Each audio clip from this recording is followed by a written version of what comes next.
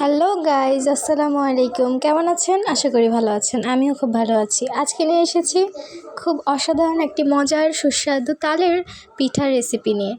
এখানে তাল নিয়ে নিয়েছি, তালের ভিতরে একটু লবণ, চিনি দিয়ে মিশিয়ে নেব। চিনিটা পরিমাণ মতো দিবেন, যে যেমন খেতে পছন্দ করেন, চিনিটা কম বেশি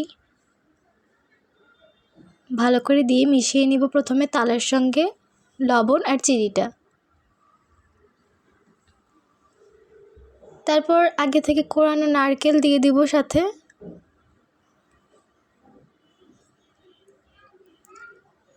নারকেলটাও তালের পরিমাণ অনুযায়ী দিবেন, তাহলে আর কম বেশি হবে না।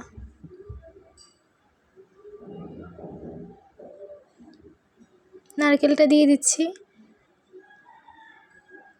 আমি আমার পরিমাণ মতো নিয়েছি, আপনারা আপনাদের পরিমাণ মতো নেবেন। মিশিয়ে নেব একটু তালের সঙ্গে নারকেলগুলো।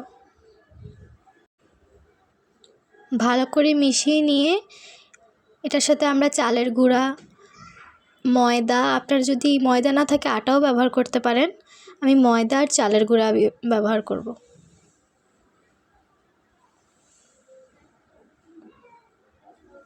অল্প অল্প করে প্রথমে দিয়ে মিশিয়ে নেব, কারণ কম বেশি হয়ে গেলে ডোটা শক্ত হয়ে যাবে। প্রথমে আমি চালের গুঁড়া দিয়ে দিচ্ছি, 2 চামচ দিয়ে দিচ্ছি চালের গুঁড়া। এরপর 1 চামচ দিব ময়দা, দিয়ে মিশিয়ে নেব ভালো করে।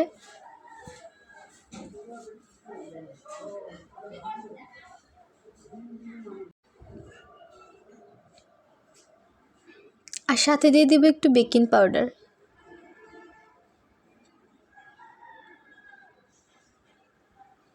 বেকিং পাউডার 2 বার দিয়ে মিশিয়ে নেব।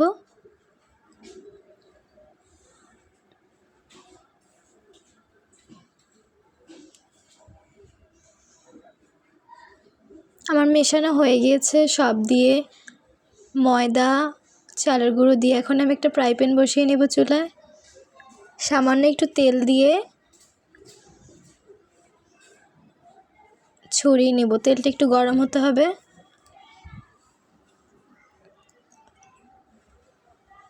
তেলটা গরম হয়ে আসলে এটার উপরে দিয়ে দিব ডোটা, দিয়ে ছড়িয়ে দিব পিঠের মতো।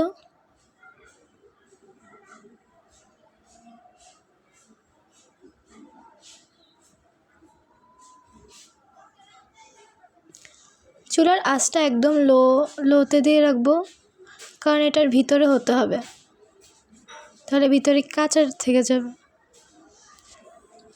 দেখতেই পাচ্ছেন আমি এটা চুলাতে দিয়ে দিয়েছি গরম তেলে। এখন একটু ঢাকনা দিয়ে রাখবো। 10-15 মিনিট পরে এটাকে একটু যখন হয়ে আসবে তখন একটু উল্টিয়ে দিব। আর একটু তেল দিয়ে দিচ্ছি নিচের পাটটা হওয়ার জন্য। আবার ঢাকা দিয়ে রাখবো। হয়ে গেছে আমাদের পিঠের রেসিপিটা। এটাকে আপনারা বেশ কিছুক্ষণ ধরে চুলাতে রাখতে হবে, কারণ এটা ভালো করে ভিতরটা হবে না তাইলে। আমি আরও কিছুক্ষণ রাখলাম। এবার তৈরি হয়ে গেল আমার পিঠে, তালের খুব সুস্বাদু একটি পিঠে। আমি এখন এটাকে প্লেটে নিচ্ছি। খুব সুন্দর মতো হয়েছে আমার তালের পিঠেটা, দেখতেই পাচ্ছেন। আপনারাও বানাবেন, একবার ট্রাই করবেন, দেখবেন কেমন হয়। ওকে, আল্লাহ হাফেজ।